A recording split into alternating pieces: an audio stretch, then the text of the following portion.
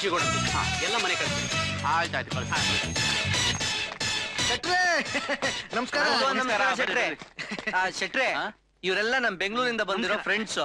ನೀವು ರಾತ್ರಿ ಹೊತ್ತು ಉದಯ ಟಿವಿಲಿ ಕುರಿಗಳು ಕಾರ್ಯಕ್ರಮ ನೋಡ್ತಿರಲ್ಲ? ನೋಡ್ತೀವಿ. ಅದೇ ರೀತಿ ಇನ್ನು ಡಿಫ್ರೆಂಟ್ ಆಗಿ ಮೇಕೆಗಳು ಅಂತ ಕಾರ್ಯಕ್ರಮ ಮಾಡಕ್ ಬಂದವ್ರೆ. ಶೆಟ್ರೆ, ನಾವ್ ಇವ್ರ ಹತ್ರ ಹೋಗಿ ಜಗಳ ಆಡಿದ್ವಿ.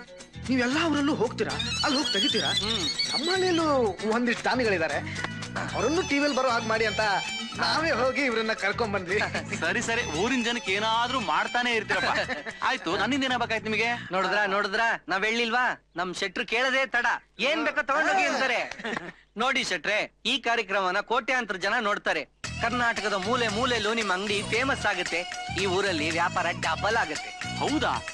ನಮ್ಮ ಅಂಗಡಿ ಹೆಸರು ಕರ್ನಾಟಕದಲ್ಲೆಲ್ಲ ಬರುತ್ತೆ ಅಂದ್ರೆ ನಮ್ಮ ಅಂಗಡಿಲಿ ಇರೋ ಎಲ್ಲಾ ಮೂಟೆನೂ ಒಂದೊಂದು ಕೊಡ್ತೀನಿ. ನೋಡಿ, ಕಣ್ಣಾರೆ ನೋಡಿ.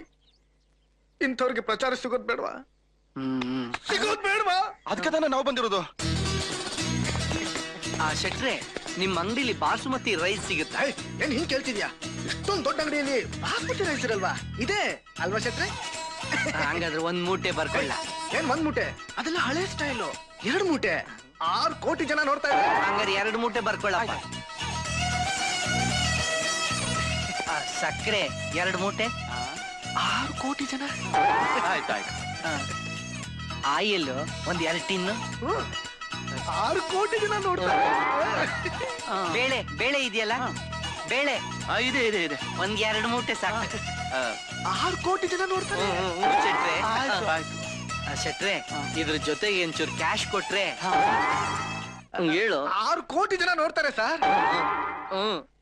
ಆಯ್ತು. ಶೆಟ್ರೆ, ನಮ್ ಕಡೆಯವ್ರು ಬರ್ತಾರೆ. ಕ್ಯಾಶು ದಿನಸಿನ ಅವ್ರ ಕೈಲಿ ಕೊಟ್ಟು ಕಳ್ಸ್ಬಿಡಿ.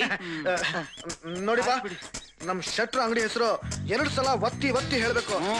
ಹೌದು, ಟಿವಿಲಿ ಕಾರ್ಯಕ್ರಮ ಯಾವತ್ ಬರುತ್ತೆ? ನಾಳೆನೇ ಶೂಟಿಂಗು. ನಾಡಿದ್ದು ರಾತ್ರಿ 10 ಗಂಟೆಗೆ ಟಿವಿ ಮುಂದೆ ಕೂತ್ಕೊಂಡು ಕಾಯ್ತಾ ಇರಿ.